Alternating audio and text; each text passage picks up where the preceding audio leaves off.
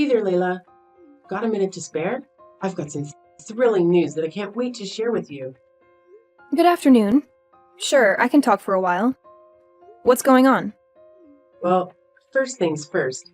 How's Stephen been? My son's been treating you well, I trust? He's a little silly sometimes, but he's got a heart of gold, you know. And of course, I hope you're doing well yourself. You're a very smart, strong young lady, and I would hate to see anything happen to you. No worries on that front. Stephen and I are just as we've always been. Nothing too dramatic to report. We're just living our lives to the fullest. That's music to my ears. In these times, it seems like everyone has a heart-wrenching tale to share when you catch up with them. But enough of that. Let's get to the exciting part. Ready for a surprise? What is it? Should I be guessing, or is this just a figure of speech? Sarah's tying the knot. You and Stephen are about to gain a new brother-in-law. But wait, there's more. She's expecting a baby. I'm going to be a grandma, and you're about to become an aunt. Isn't it just incredible? Sometimes I have to pinch myself just to make sure it's not all a dream. Wow, that is quite the news! I hope the wedding isn't too rushed for her sake. An unexpected baby is quite the life changer. Hopefully they can get married soon enough so they don't have to worry about any societal stigma. Yes, it's somewhat of a whirlwind wedding, as we used to say in my day. But what truly matters is this joyous new chapter unfolding for our family. Whirlwind wedding? Is that something I should be worried about? It sounds rather ominous. Oh no, it's just an old saying. It slipped my mind that you grew up overseas. Let me explain. Back in the day, if a man got a young woman pregnant, her father would show up with a shotgun and ensure they got married right away. Oh, wow. Well, as long as you're excited about this, and so is the groom-to-be. Anyway, that really is fantastic news, and I'm genuinely happy for you and Sarah. Can you believe it? The girl's already 4 months along. They took their time deciding what steps to take next. We need to find her a dress that'll accommodate her growing belly soon, because it certainly isn't getting any smaller. Oh dear! Well, I'm sure there are dressmakers who specialize in such situations. You must be over the moon about the upcoming wedding. Absolutely. There's nothing quite like seeing your daughter walk down the aisle as a bride. And I hope someday that you'll get to experience this joy too, dear Layla. Speaking of weddings, we expect you and Stephen at the ceremony. Of course, wouldn't miss it. It's such an overwhelming feeling of joy that brings tears to my eyes. It reminds me of when I first held Stephen in my arms. I can only imagine how that feels. Could you do me a favor and pass on this news to Stephen? Once we sort out all the details, I will forward them to you. You know how he struggles with texting, and I don't want to disturb him at work or during his time with you. He'll be thrilled to hear he's going to be an uncle. Good morning, Layla. How are you today? I'm still over the moon about the news. But let me get to the point. What did you tell Stephen about the wedding? He called me last night, and I was expecting him to be ecstatic, just like us. He was furious. I've never heard him talk to me like that. He wasn't just angry. He was confused and outraged even. He asked if we were joking with him. What's going on? Good morning, Tiffany. That's very odd. I didn't notice anything wrong with him. Actually, now that I think about it, I heard some yelling last night when I was in the bath, but I thought it was just the TV. Or maybe Stephen getting excited over a game, as he usually does. But that must have been when he called you. He didn't say anything to me about it. This is news to me. That doesn't make sense. I'm his mother, and I know when something's bothering him. All I did was share the news about the wedding with you, so something must have gone wrong somewhere. Are you sure you didn't say anything weird to him? Even by mistake? Well, I told him about the wedding and how happy you were to become a grandma, and that we were invited to join with them. That's all. Then why would he snap at me like that? Just a guess. But maybe this is still a touchy subject for Stephen. Touchy subject? What do you mean? All I did was tell him that Sarah's pregnant. You should be happy for her.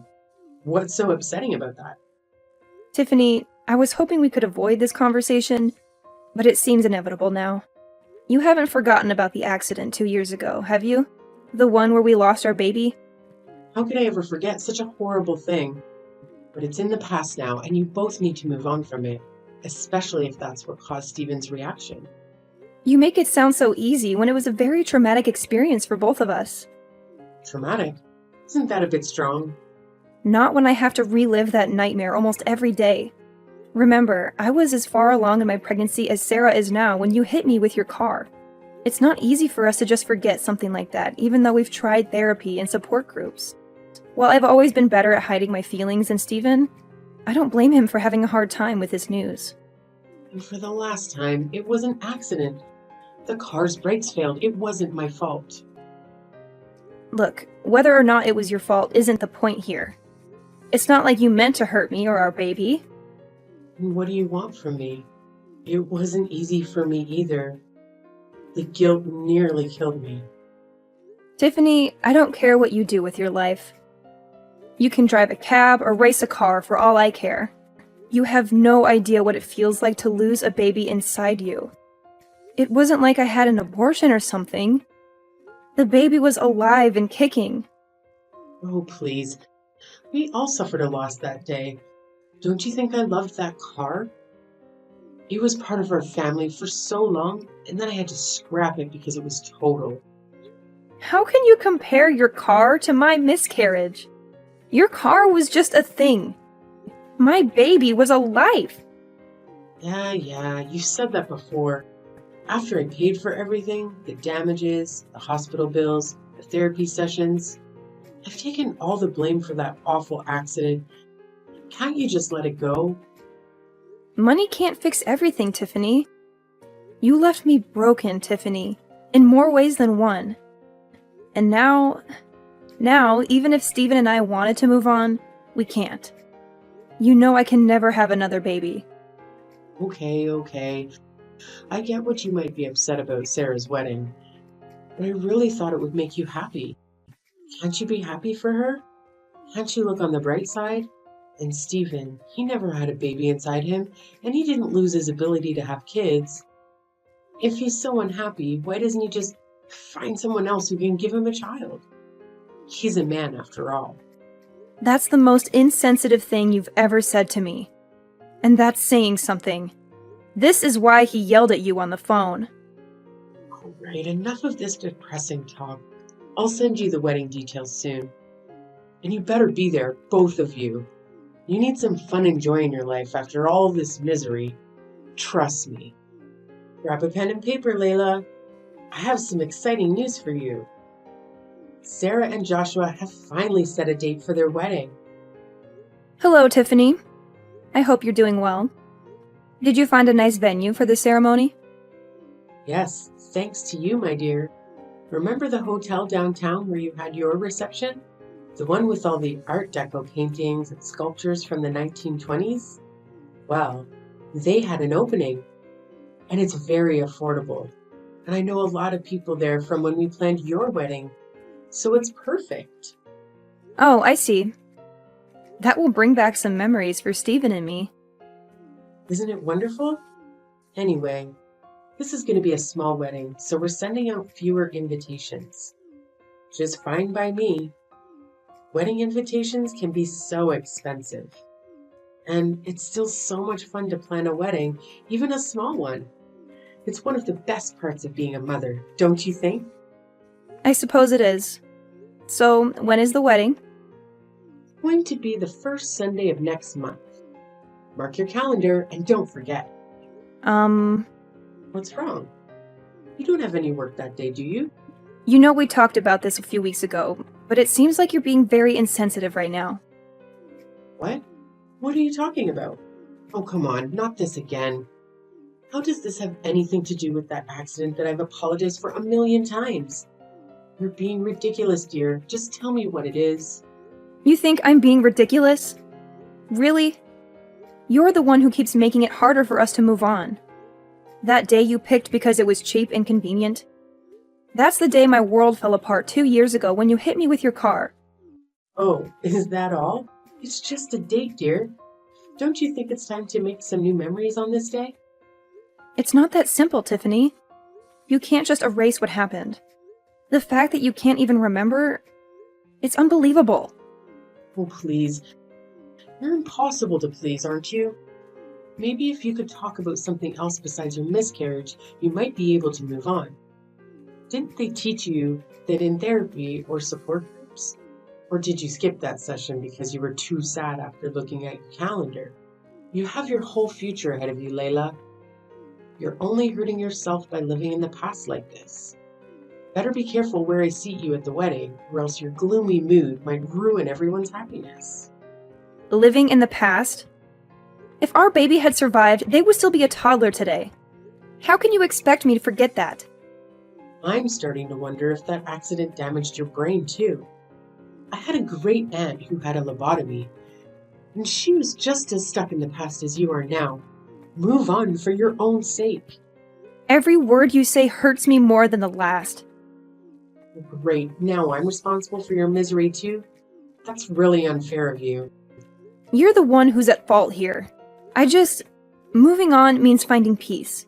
And that's why I've tried not to fight with you. Even when you ignore my pain or insult me, I still try to be civil with you. The last thing Stephen or I need is more conflict over something that was an accident. So there you have it. I'm full of grief and anger, but I choose to treat you kindly, even if I don't feel any warmth towards you. Well, aren't you a saint or something? Probably wanted me to praise you, but all I feel is a headache coming on. Anyway, let's drop this depressing talk or your sadness will rub off on me. I want both of you at the wedding, no matter how you feel about the date. And do me a favor, don't wear a black dress. It's a wedding, not a funeral. Howdy, Layla. I'm not catching you at a bad time, am I? Hi, Tiffany. And no, it's a perfectly fine time to talk as any. What a pleasant surprise. I was worried you might be tied up with work or something. Not exactly. I mean, I'm working from home, but it's not super high priority at stuff at the moment. Oh, good. I'm glad you're free. That's one less thing I have to worry about. Is everything okay? Well, Sarah and Joshua just moved into a house. Perfect to raise the baby in. And of course, it wasn't cheap. That's why I'd really like for them to have a nice wedding gift that's going to help them along the way, you know? Sure, I can understand that. Anyways, what I wanted to ask is if you still had that money set aside from the settlement for you know what. What?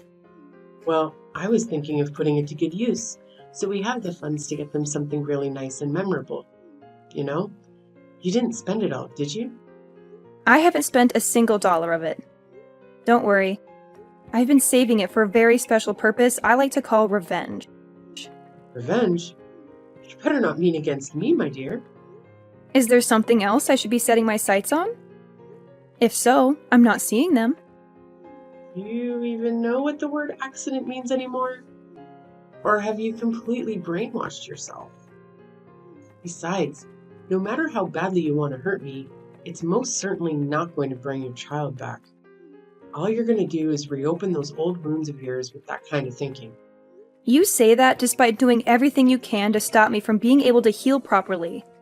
That's why I need to get back at you. Not to make myself feel good, but to allow Stephen and I as people and as a couple to move on with our lives. As a couple, please don't tell me you've roped my little Stephen into all this too. My daughter-in-law betraying me is one thing, but to think that you've turned my son against me? I didn't turn him against you. You turned yourself against him with your horrible mindset, words, and actions. I'm the wounded one. But you've hurt him badly, too. That man has been grieving with the worst kind of pain and loss imaginable. And you act like he should just grow some thicker skin about it. I don't want to hear how you feel as a mother when you took away my chance to be a mother of my own and his chance to be a father. So, I've paid the settlement. I paid your bills. I've begged time and time again for your forgiveness. How is this not over yet? I've been able to move on from things just fine somehow, while you two seem to relish being emotional black holes. You haven't moved on because you never cared to begin with. You were more upset about your car than you were about the baby, after all. I want you to look deep inside yourself at whatever shriveled up excuse of a heart you have inside your chest, if any, and really think for a second. Do you honestly believe that to me, as the years would be enough time to erase the pain caused by losing a child? Whatever happened to the old saying, time heals all wounds? I figured you would pull out something weak like that. You've already made up your mind, haven't you? As long as you've paid us off, your hands were free of any blood. That's what you think, isn't it? Well, newsflash, Lady Macbeth. You might as well have just wiped your hands with a fat stack of cash and tried to hand it off to us. So no, I don't want to wipe my tears with your blood money. And I didn't even want to use it at all, unless it was to get revenge on you. Why do you insist on going on and on about revenge? Enough posturing. If you want to run me over yourself to set things straight, then just do it already. Don't worry. I've got bigger plans than just making you live through my pain. Besides, I don't want to pay your hospital bills. And I need you to be able to walk away in shame when this is all over. All right, then spill it. What's your big plan, mastermind? No can do. I've been planning this for quite some time, and I need you to be surprised when it happens. For now, feel free to go about your life knowing that soon everything I want will come to pass. Good evening, Tiffany. What a lovely wedding, don't you think? Sarah looked stunning, and you looked so proud and happy. I could see your smile from across the room. Layla, thank you for coming to the wedding with Stephen. I have to admit, I wasn't sure if you'd show up. I wouldn't miss it for the world. This was a big day for Sarah. Her dress was gorgeous. You couldn't even tell she was pregnant, especially with that beautiful veil. Oh, I know, I picked it out myself. And I have to say, I have a good eye for these things. Now that we've exchanged compliments, can we get to the point? Point? I'm not here to chat about the wedding. There's only one reason why I'm here. To tell you that your time is up. This is the last time you'll ever hear from me in any way. I thought about confronting you at the reception, but this is easier.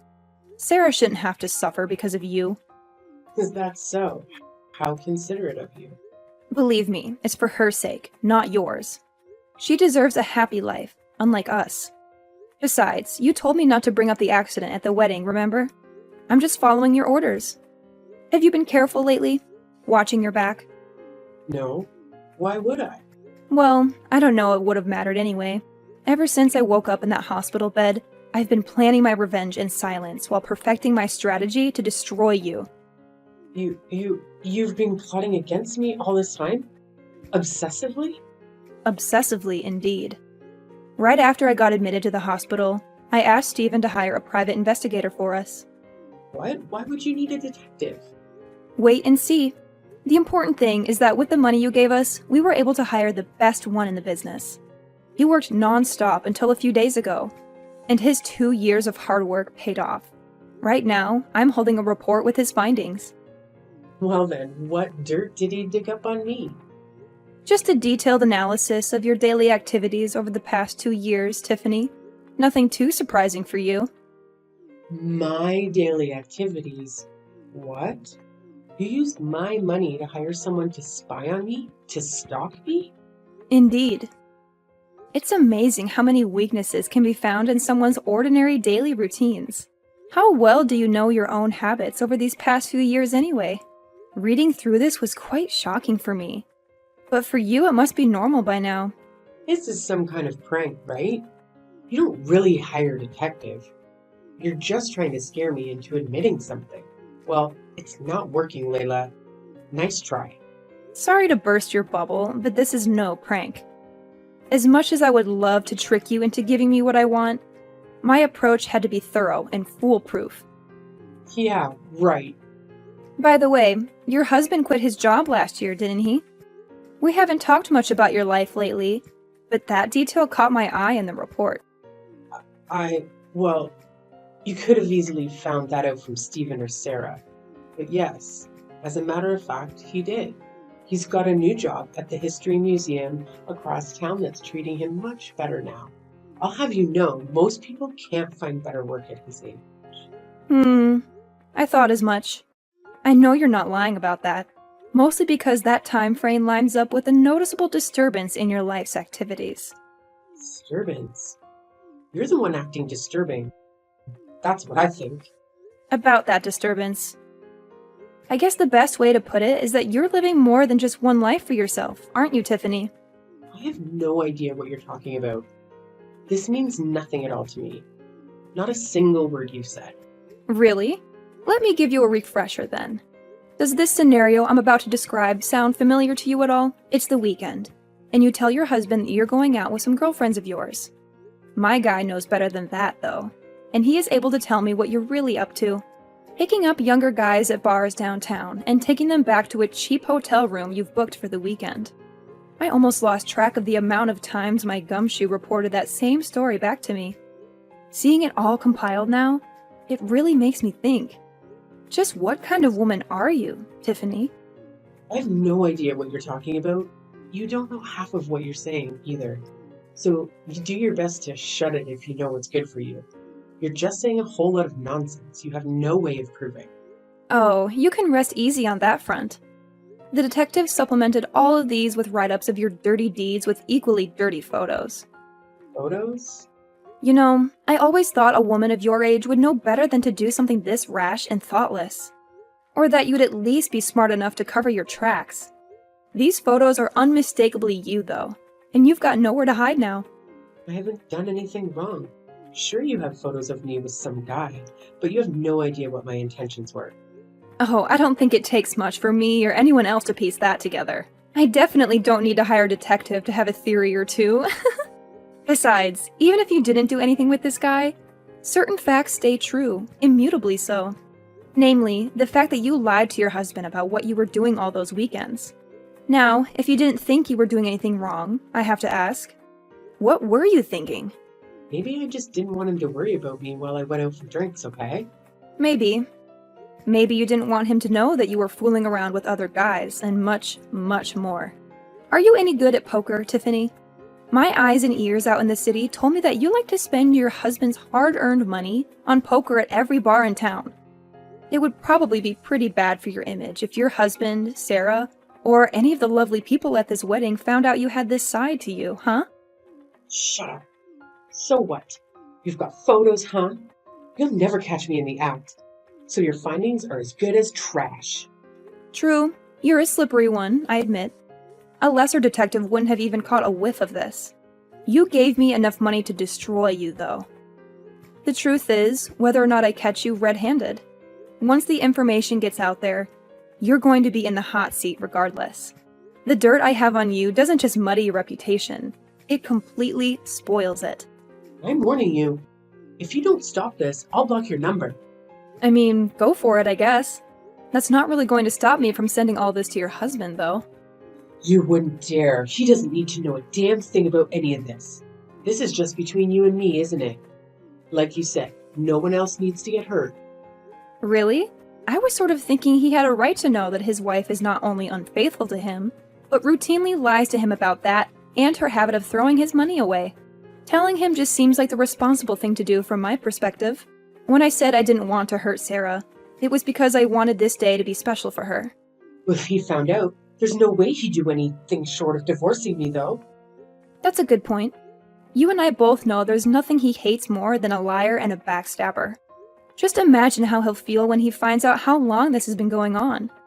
I know you're a gambling woman, but I wouldn't bet on the odds of him staying with you if I were you. How would I be able to live without him?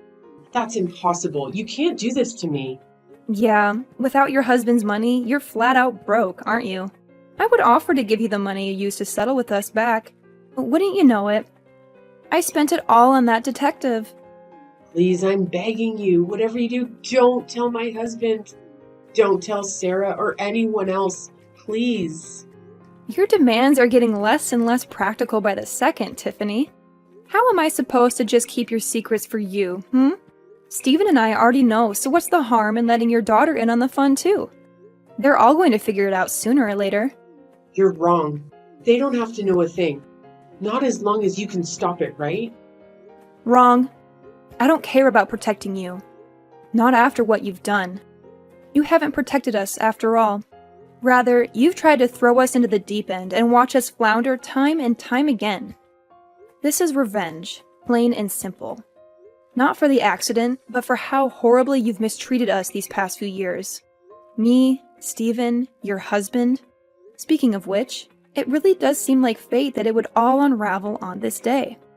Unlike you, your husband is well aware of the importance of this day, seeing as he calls us regularly to check in and support us emotionally. He's coming by today to observe the life of the baby we never had as a family.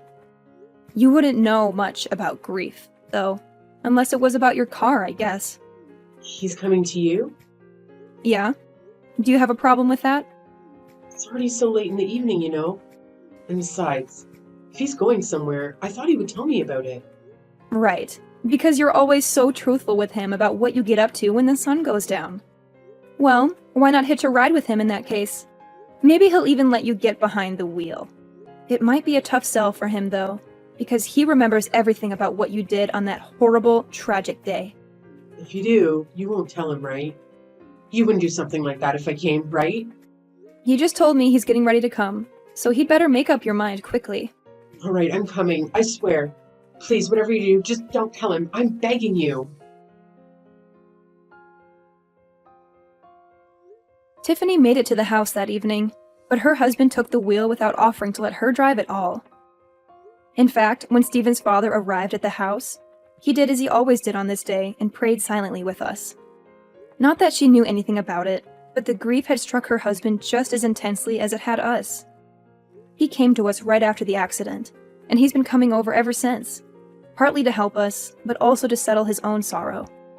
I think my father-in-law knew of his wife's heartlessness when it came to the tragedy, and so he held on to twice as much pain and guilt in return for being as excited as we were to being parents. He was thrilled to become a grandfather, and he'd put so much thought into how best to support us in raising the child.